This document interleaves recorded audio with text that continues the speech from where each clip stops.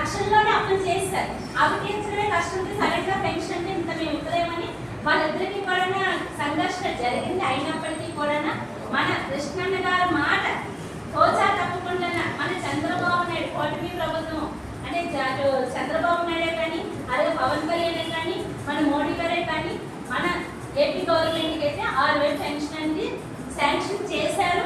అలాగే 4,000 కూడా వృద్ధులు వితంతులు కూడా 4,000 పెన్షన్ చేశారు. ఏదైతే అధికారంలో రాగానే 6,000 పెన్షన్ అనేది మన ఏపీ ప్రభుత్వంలో తీసుకుంటున్నాక కేవలం గౌరవశ్రీ మంత్రి కృష్ణన్న గారికే చెందుతుంది. కానీ మన తెలంగాణ ప్రభుత్వం రేవంత్ రెడ్డి గారి ప్రభుత్వం వచ్చి 4 సంవత్సరాలు అయినప్పటి వరకు ఇప్పటికీ పెన్షన్ పెరగలేదు. అక్కడ దివ్యాంగులు ఇప్పటికీ నిరంతరం పోరాటాలు చేస్తూనే ఉన్నారు. కానీ ఇక్కడ అదృష్టవంతులు ఎవరంటే మన ఏపీలో ఉన్న వాళ్ళే అదృష్టవంతులు. ఎందుకంటే మన వెనక కృష్ణలో ఉన్నారు. అక్కడ కూడా